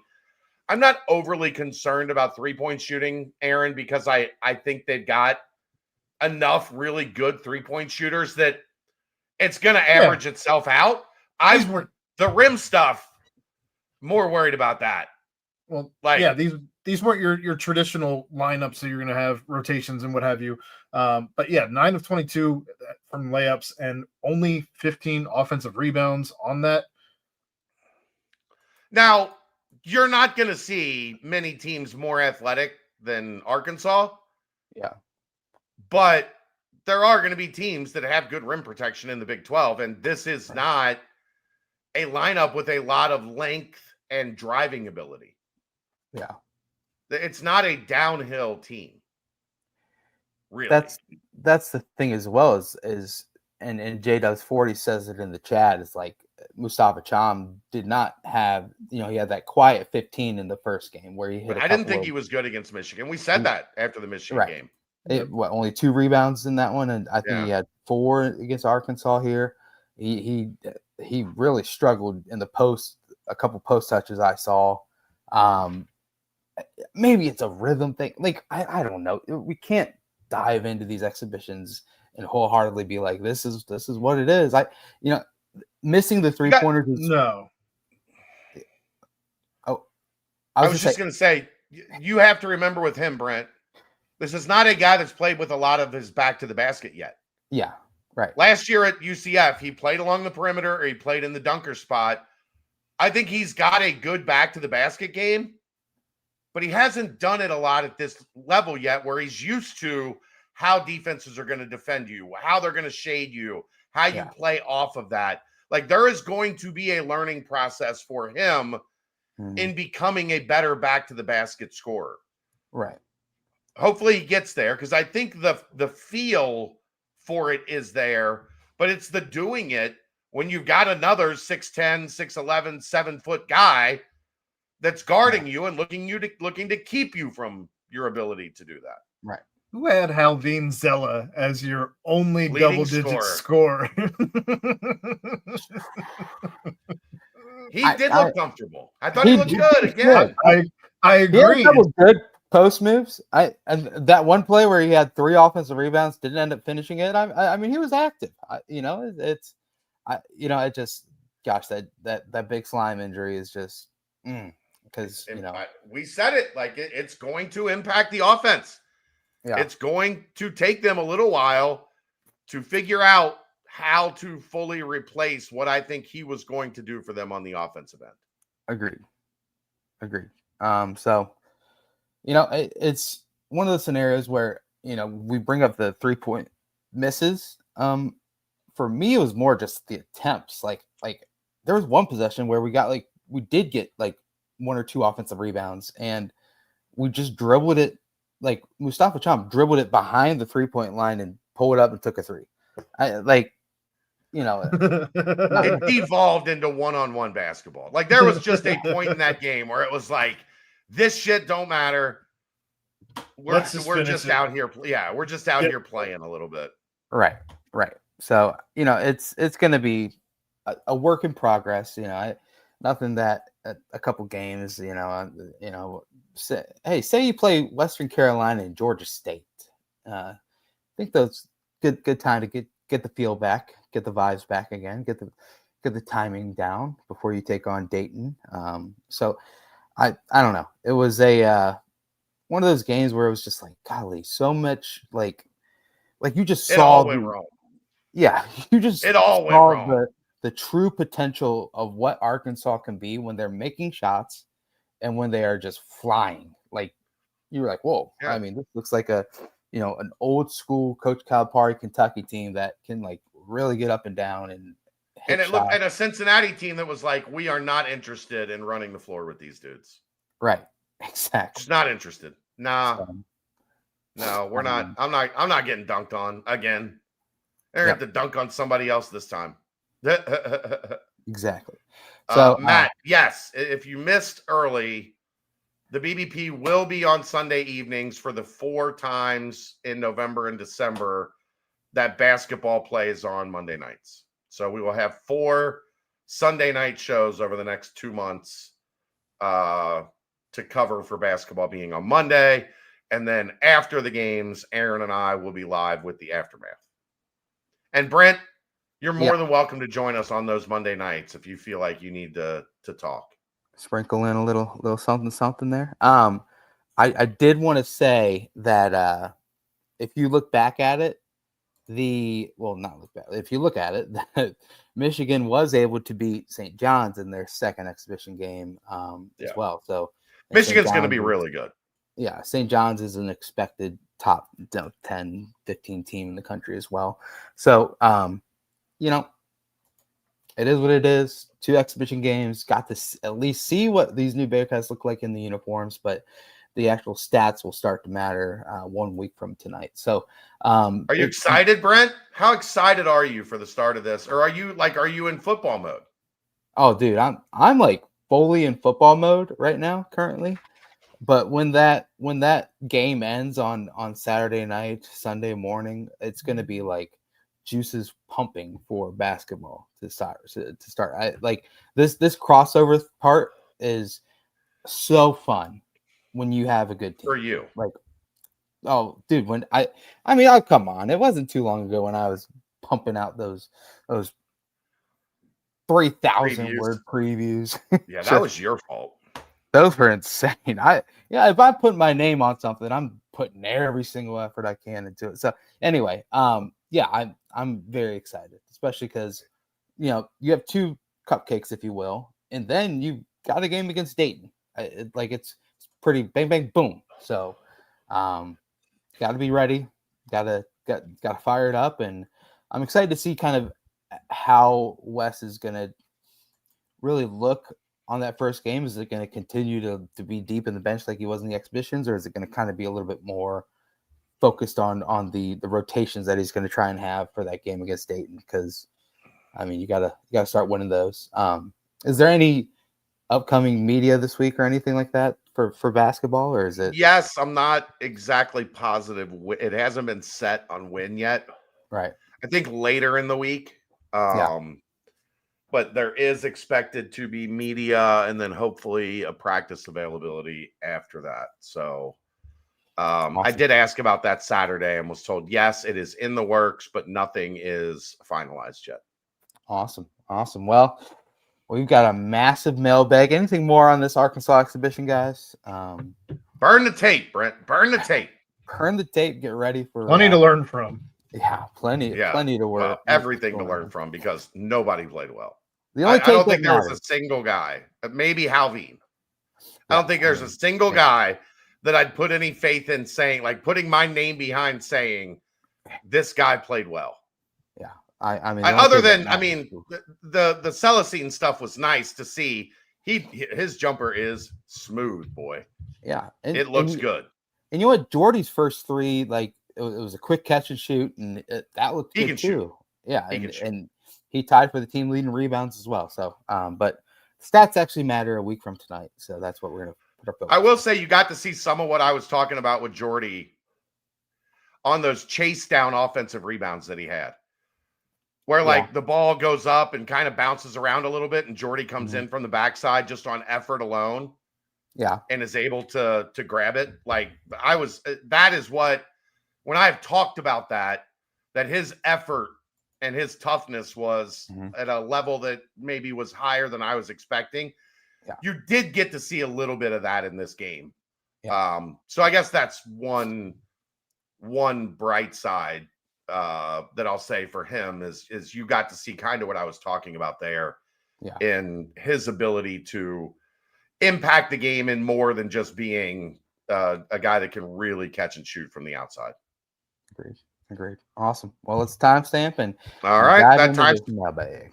That timestamp brought to you by Quick Paper Supply, your local and family-owned restaurant supply company.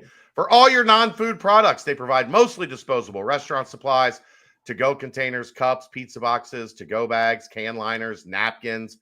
They've been open since 2009 and are one of the largest minority-owned companies in the city. Call Nick 513-470-2029 and reference Bearcats for 20% off your first month of purchases.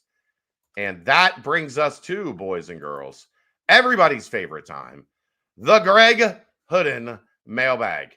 If you're looking for Greg, if you're looking for a new or gently used pre-owned Toyota, Greg will get you taken care of. Go to Beachmont Toyota, or you can find him on social media at Cincy Greg Hooden, Twitter, Instagram, Facebook, even LinkedIn, and send him a message. He will start your search, and you can buy a car from a fellow Bearcat family member in Greg Hooden. Just make sure to ask for Greg when you stop in. Shouts, Greg. Right. Where's Greg? I haven't seen Plenty Greg tonight. I don't know. Sure. Plenty to get to in this mailbag. Let's get to it. If the playoff team had this current O-line, do we have a better chance against Bama? Sure. Yeah. I still definitely. think Bama wins, but you'd have had a better chance of the offense being at least a little functional, especially after, the way that game played out, and Alabama made it clear that they wanted to kind of dominate the point of attack. You would have been better off. Yeah, I think so. Yeah, I mean, the part is they ran the football very well. So, I mean, the defensive line is not getting the offensive line. But, yeah, I think that they would have been able to have. The offense would have at least been a little bit more functional. Right. Do the Bearcats go uber aggressive with NIL Texas Tech style for transfers and high school players for next year, given the coaching turnover insanity, the insane coach buyouts happening this year, limiting other teams, the Bearcats on an accelerating rise in the Big 12, receiving the full TV payout, and potential NIL freeing up with Golday, the Godfather, most likely Sorsby heading to the NFL. Forgot Joe Royer. This could be one way to invest in Coach Sat and his assistants without a crazy extension and larger buyout. Texas Tech style, no. Unless there's a surprise billionaire donor that played football at Cincinnati and wants to put millions and millions of dollars behind the program, then no, probably not. But is there not one of those? No, there's not one of those. There's not. But, however, I do think when you see the success that happened this year, I do think there's going to be just a natural reaction if they can continue it and finish off strong. A natural reaction of we can compete in football in this league, and let's continue pushing as hard as we can push. But without a billionaire donor, it will not be Texas Tech style. Yeah. Matt Lanham, good point. Get T Swizzle involved. That could be nice. But no, I do think that they should put resources into getting players via transfer portal. But yeah, obviously, everyone else is doing that too. So, but yeah, got to be uber aggressive, especially going into next year because you lose a lot of high level players. Just think the biggest difference that you have going into recruiting this time around is how much more tangible the buy-in in the locker room is this time around than it has been, at least from the outside looking in. The guys on the inside, I think, already knew that. That's why you saw these guys sticking around and not your big guys that meant a lot to the program sticking around. But in any case, with 4 games remaining, what is your optimistic outlook for return of services versus ROS versus what you think is most likely? What needs to happen for each scenario, optimistic versus most likely? 7-1 feels great. The team is in a great spot, and the last 4 games look daunting. The realistic part of me says 2-2, but I'd love to know the reasons to hope in a 3-1 or 4-0 finish. TLDR. Going into the season. Yeah, there's a lot there. But questions, not thesis statements. Just simple questions, guys. Well, the question if is, you find yourself putting more than 2 or 3 punctuations that end a sentence, you've gone too far. Well, with four games remaining, what's your optimistic outlook? 3-1. I don't think they're going to get. I don't think they're going to get through this thing 9-0 in the Big 12. I think the most rest of season. ROS. Yeah, rest of season. Yeah. I think 3-1 would be very optimistic to finish the season 8-1 in the Big 12. That would have been at the top of any of the most. Aaron was the most optimistic person on the planet, maybe, about this roster. He's looking very smart at this point in time. I think even he would have said, if I would have said, Aaron, they're going to go 9-0 in the Big 12, you would have said they'll drop one somewhere. I said 10-2, yeah. They'll drop one somewhere. So I thought two were going to come versus. I thought they'd beat Nebraska. Yeah. So going 3-1 down the stretch, winning one of the road games, winning both of the home games. So that would probably mean losing this game Saturday, which all signs point to that being probably the most likely outcome Saturday, especially with Utah, although their fans being weary of playing in a spotlight game is interesting. But considering how loud they are about everything else, literally everything else. I would say most likely is 2-2. They split these 4 games. And that even could be with a BYU win. You go to TCU at the end of the season. It's going to be interesting to see what TCU looks like a couple weeks from now. Are they fighting to stay alive, or have they kind of packed it in a little bit?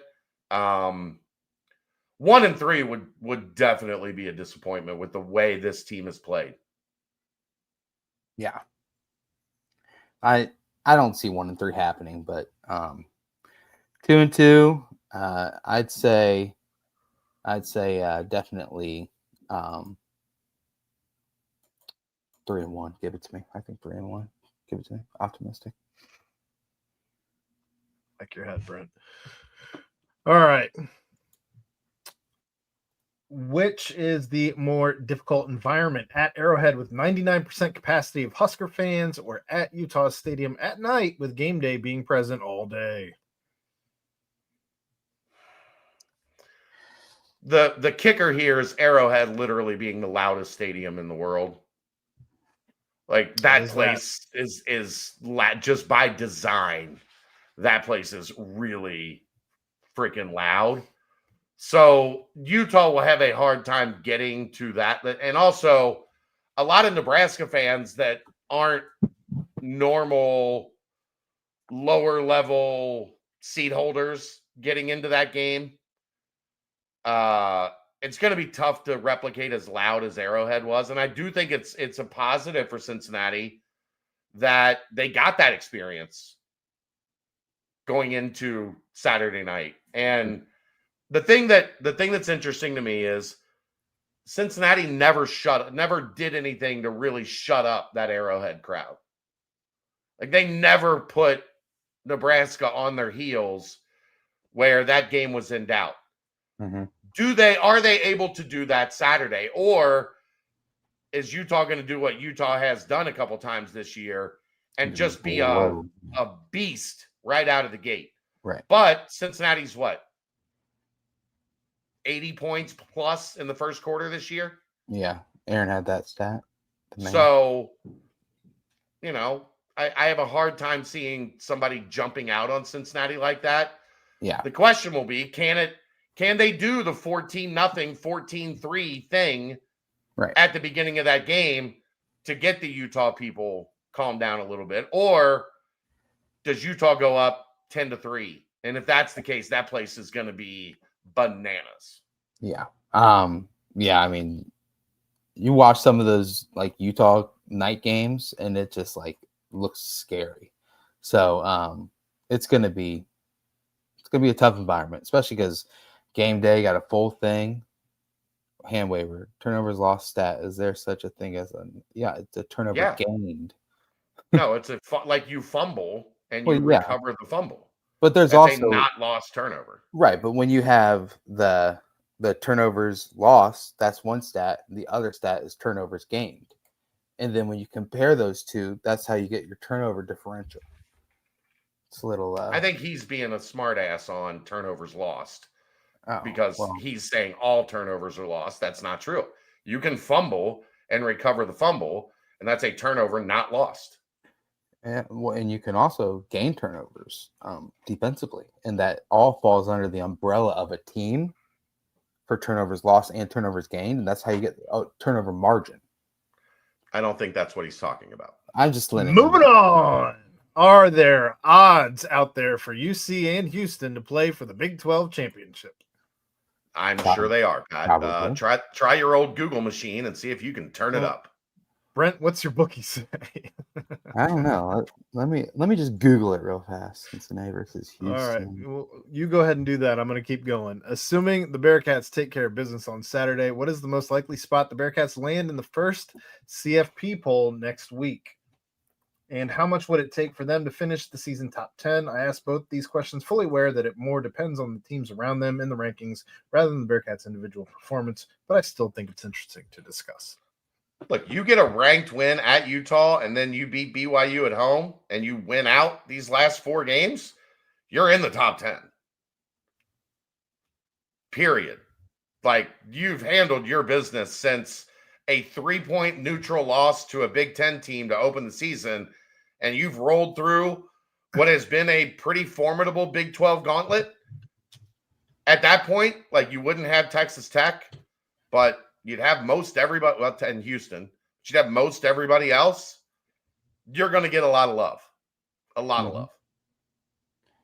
Well, I mean, you're already at 17, and BYU's number 10, so that's beating a team ahead of you. So there's at least one spot. Plus beating 2 ranked teams in that time span. Plus whatever other chaos ensues in the next 2 weeks, I think just by default, simply because you're already at 17, you'd move into the top 10 simply because other teams would be losing. That doesn't count to simply leapfrogging anybody depending on what those final scores were. Right.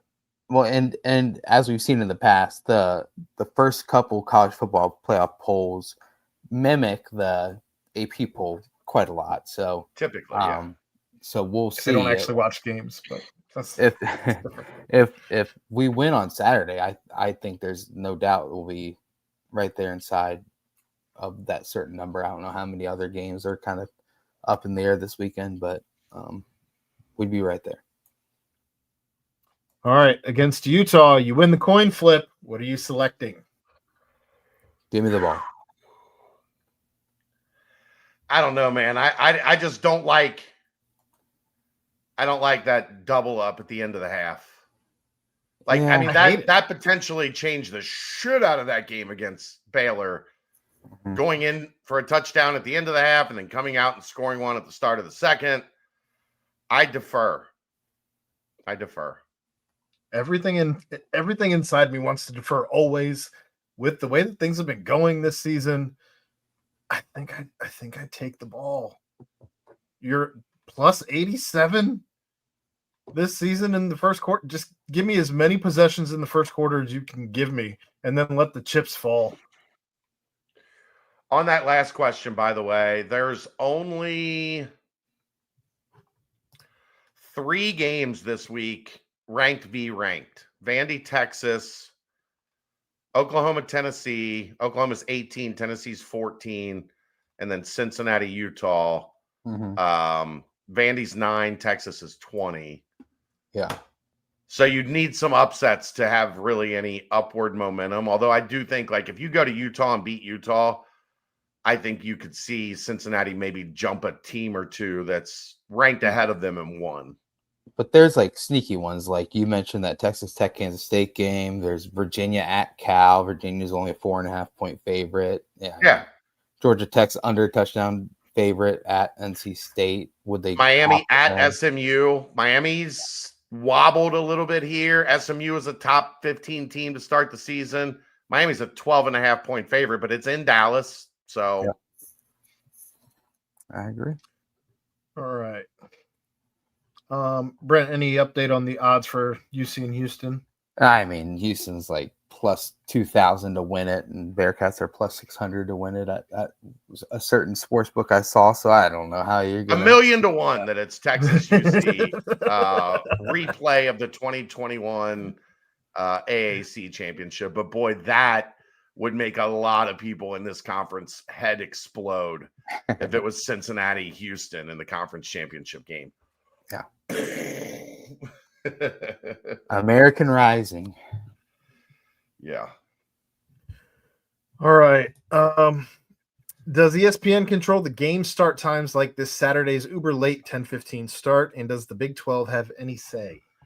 ESPN paid a lot of money to broadcast these games. They start them when they want to start them. There is a process of selection that goes between the networks that have the rights. The time slots are there. The networks go in order. So ESPN controls the start time. Okay. With 5 Big 12 teams in the top 25, do you think that the Big 12 can get 2 teams into the CFP, maybe the Big 12 champion and the third place team? Yeah. I think there need to be a weird out. And BYU's only loss is Cincinnati. Cincinnati plays BYU in the championship game. I think no matter what, both teams get in. I don't think so.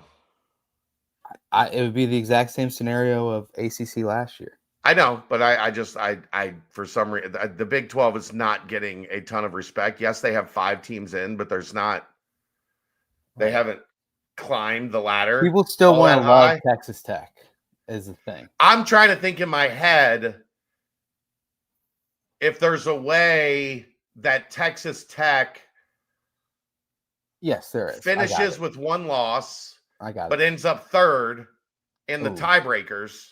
That can't happen. So then Texas, how do we know that? Well, actually, yeah, it can. It can happen. Then it would be Cincinnati versus Houston in the championship game. BYU would be out with the 2 losses. They lost, Texas Tech, I don't know what the tiebreaker would be, if it would be Cincinnati or Texas Tech. No, because it would be head-to-head. Houston lost to Texas Tech, so Texas Tech would be in. But Cincinnati hasn't played Texas Tech, so then it would go to non-traditional, and Houston didn't play Cincinnati. So it'd be non-traditional tiebreakers, which would start with you go down the list. Right.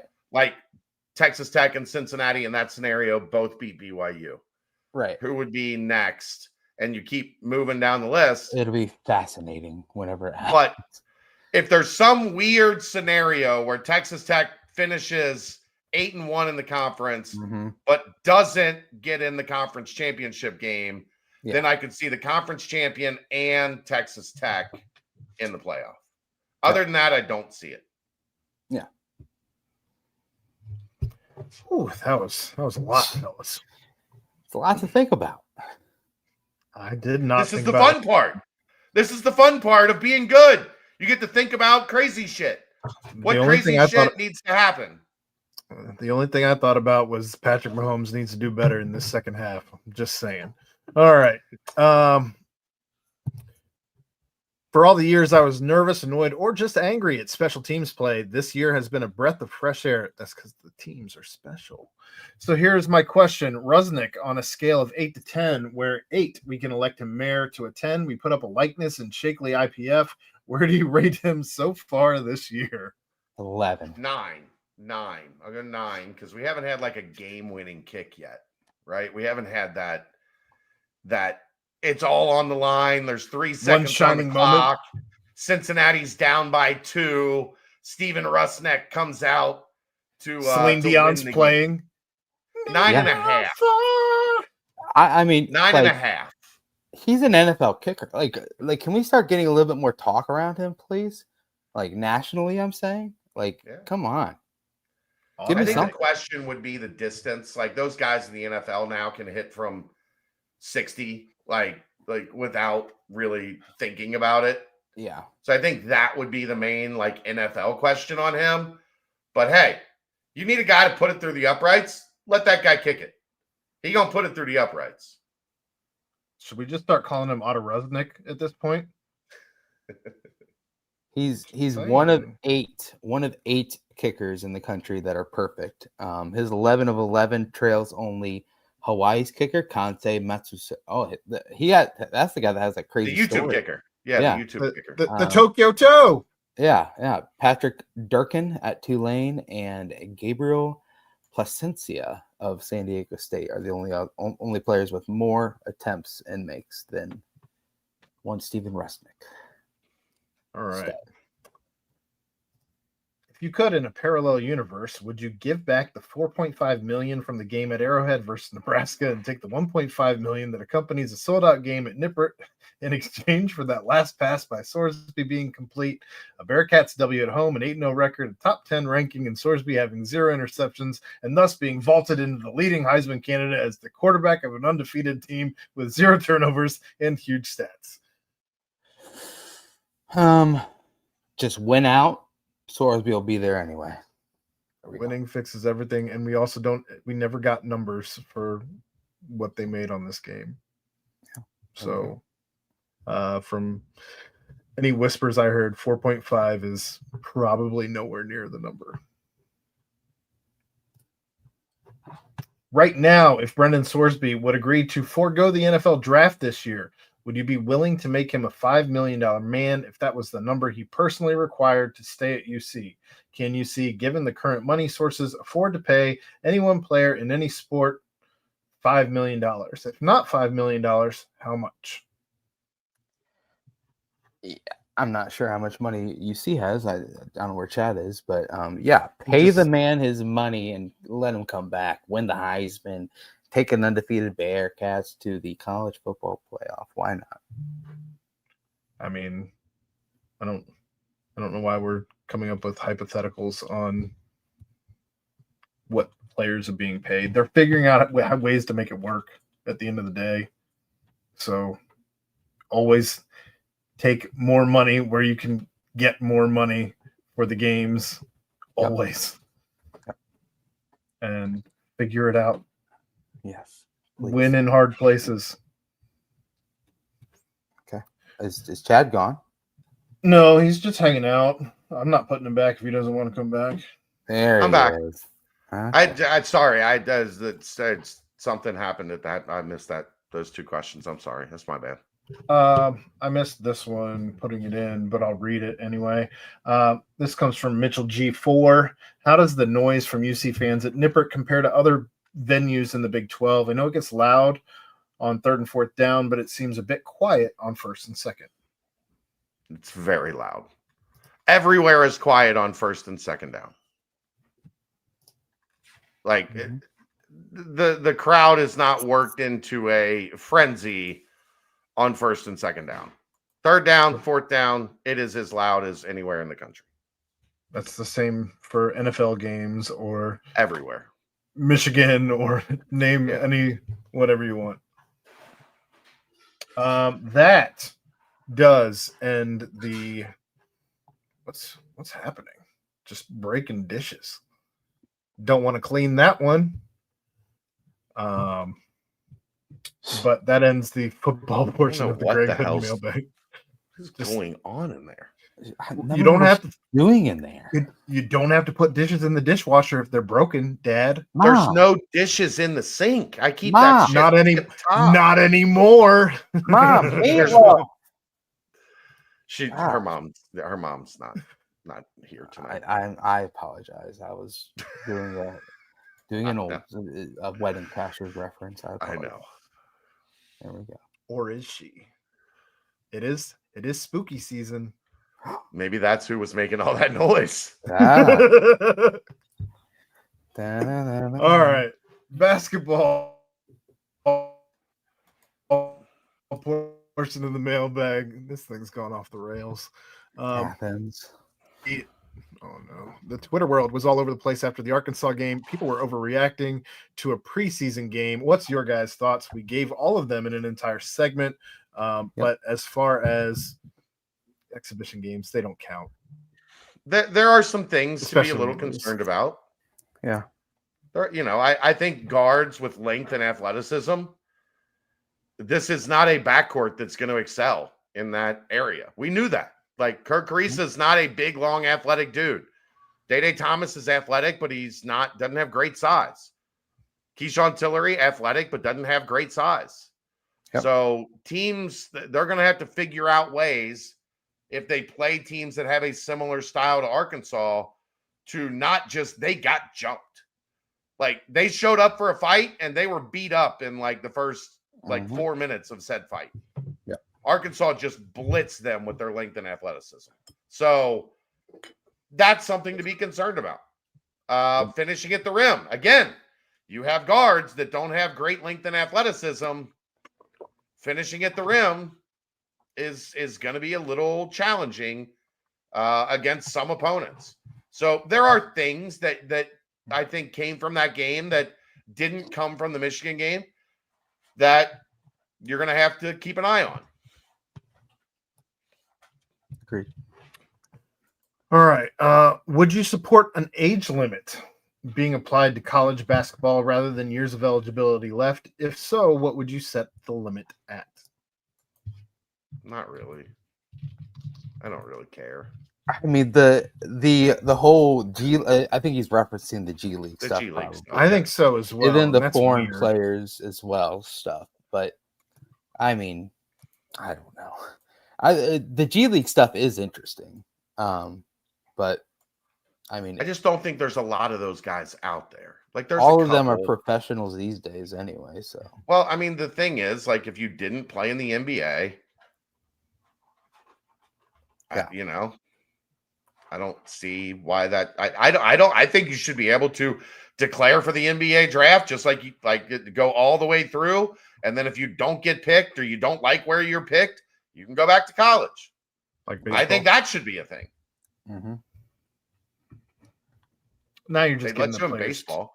You're giving the players too much power, Chad. What are we doing? Yeah, we're giving coaches $54 million not to coach, and we're worried about the players having. Oh too yeah, much Brian power. Kelly. The fuck We outta didn't. here. It took us almost 2 hours to bring up Brian Kelly. He's making like 31 cents a second.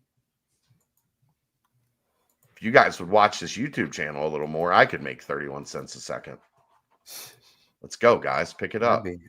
That would be If nice. there's one weakness on this year's team that will keep them out of the tournament, what is it? I think what I just mentioned, length and athleticism at guard, and not having, here's the ball, go get me a bucket guy that we've seen yet. Like maybe as the season goes on, that guy develops and it's less of a concern for us. But going into the season, that's going to be my biggest concern, Aaron. You and I have talked about it a lot this offseason. They didn't go get that 2 guard that you feel comfortable. They never do. That you didn't go get that 2 guard that you feel comfortable. Run a 1-4 flat, put the ball in his hands. Maybe there's a ball screen, maybe there's not. Let that guy cook one-on-one and get you a bucket. Like I don't think that guy is on the team. If he is on the team, he's got a ways to go before I'm comfortable saying that he is on the team. So that's going to be my biggest concern until otherwise noted. Those guys cost a lot, especially at the 2 guard. Yeah. And in the same sense of go get a bucket, I mean, they had a post scorer that was going to be able to do that. Nah, I don't count centers in that. Well, no, I'm just saying feed the post, get a bucket. Yeah, but I'm talking about with the game on the line. I'm not feeding the post. I want the ball in a guard's hand. I'm talking just flat. I'm talking just scoring, just getting a easy. We're bucket. talking about different things, right? Yes, But it would be nice. Referencing a different. Yeah. It would have been nice to have, but I don't think Haynes was that guy. That's not what he's ever done in college.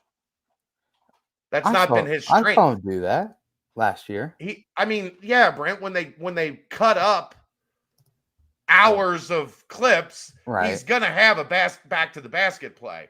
But a lot of his stuff was catching at 15 feet, ripping through, using his strength and ability to handle the ball a little bit.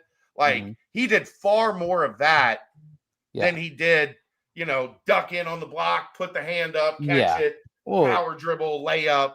That's what I think. I guess a big man that can go get a bucket. I mean, maybe Tom is able to do that, or Bob. He's gonna have to get there. Yeah. He's gonna have to get there because that's not how he was used last year. No. How important is continuity with coaching in this age of the transfer portal since rosters change so much from year to year? Important. I mean, you don't want to be teaching your coaches your system while you're teaching your players your system. So the more coaches you have that know what you're trying to do, how you're trying to do it, the better. Mm-hmm. There's not an update on Jalen Haynes, and there probably won't be an update on Jalen Haynes for a while because I do not expect him to play for UC for, at best, a while. But Wes will let us know as soon as he knows something. Don't you worry. There's a lot to know in this situation. His words, not mine. I know. Marcus Johnson, a name to watch? I'm not ready to go that far yet. A name I'm keeping an eye on, but I don't know that I've gone like surveillance mode yet. I think these next couple days will be interesting in the Marcus Johnson thing. Look, there have been whispers, and I think even Trilly pointed this out a couple weeks back, maybe a month or two back, that things were probably not going to make it to the finish line with Ohio State and Marcus Johnson. So everybody is kind of known. I think we'll get a better idea over the next week or so, at least behind the scenes, what kind of direction that goes in. Ohio State fans do not care for his family. I'll tell you that. There's a lot to deal with that family. A lot. What unproven? Oh, that's the end of the basketball portion of the mailbag. One last question here in the banks. What unproven conspiracy theory do you believe could be true? We've never been to the moon. Exactly. Never been to the moon. Although I'm keeping an eye on this 3-Eye Atlas thing. Me too. I don't know what's going on with this, but of what? Oh boy. You've never heard of 3-Eye Atlas? No. Oh, just go Google it. It's this meteor that's been coming towards the Earth, but has been around under surveillance somehow since that changes direction. It's slowed down. Yeah, it's slowed down like 300%. Somebody said that somebody today, I saw a video, said that they went into the CIA style where you can go to sleep and travel with your body, whatever, out through your mind. And he ended up on the ship where there were 500 draconian lizard warriors that were waiting in slumber. I don't know. This stuff's bananas, but okay. I mean, I'm not one for conspiracy theories, but I'll give it a little dive. Why not? I don't like I love entertaining conspiracy theories. I'm not like Aaron where I go all the way into believing them, but I do love like reading them and going, huh, okay. Yeah, maybe aliens. Right. Oh, aliens are real. That's not a conspiracy theory. They have government told us. Yeah, they have confirmed aliens are real. Yeah. So that's no longer conspiracy. But there's so much fucked up shit going on in our world right now that they were like, aliens are real. And everybody was like, bet. Okay. Right? Like, that should have been the dominating headline for like all of a calendar year. And they were like, no, there's aliens. And we were like, all right. Cool. We know. Yeah, we know. Yeah. All right, great. We already done known that, bro. There's some other fucked up shit going on. Can we worry about that? But yeah, the 3-Eye Atlas stuff is wild. Earth is flat. You guys did on that? No. Oh, I used to have a roommate. Aaron's a flat earther. Look at him. Dude. The ice wall. Aaron's big on the ice wall. Look at him. I used to have a roommate. He like had us all over one night, like sat us down and gave us a huge presentation on how the Earth is flat.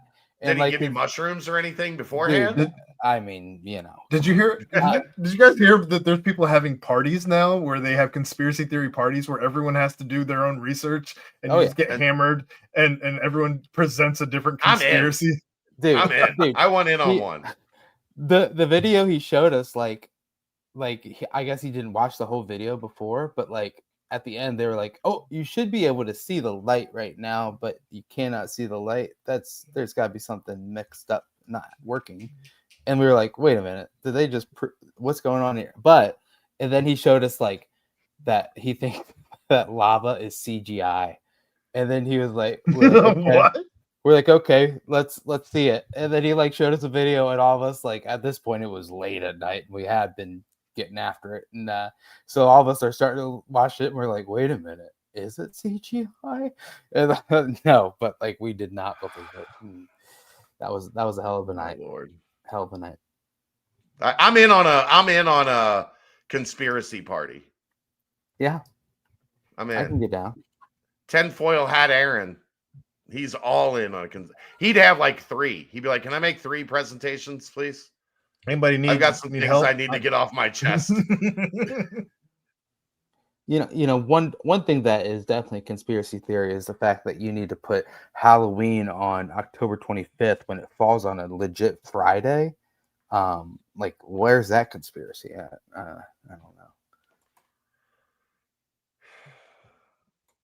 Let's show Brent. Get us out of here. All right, Aaron. We didn't land on the moon. 3G comet coming down, the asteroid.